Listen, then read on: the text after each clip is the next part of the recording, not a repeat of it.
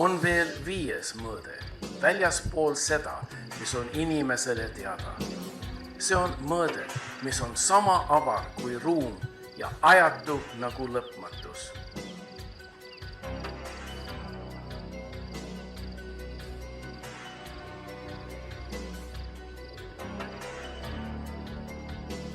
See on kesktee valguse ja varju vahel, teaduse ja ebausu vahel asuvas süvendis ja see kuulub inimese hirmude ja tema tippteadmiste vahel.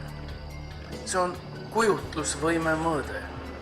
Seda on näha inimestes, kelle kujutlusvõime on haruldane, aga kelle oskused on piiratud jutustamisega. Neid nimetakse rahvasaadikuteks ja lootusetu jutustajad panime ühte kohta, kus nad üksteist lõbustavad ja rahvast tüütavad vähem.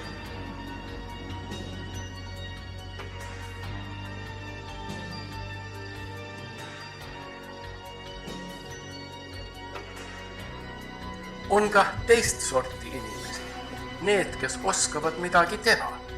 Tegijaid leidub Eestis palju, aga mitte erakondades, mitte omavalitsustes, mitte Riigikogus ega presidendi kantseleis.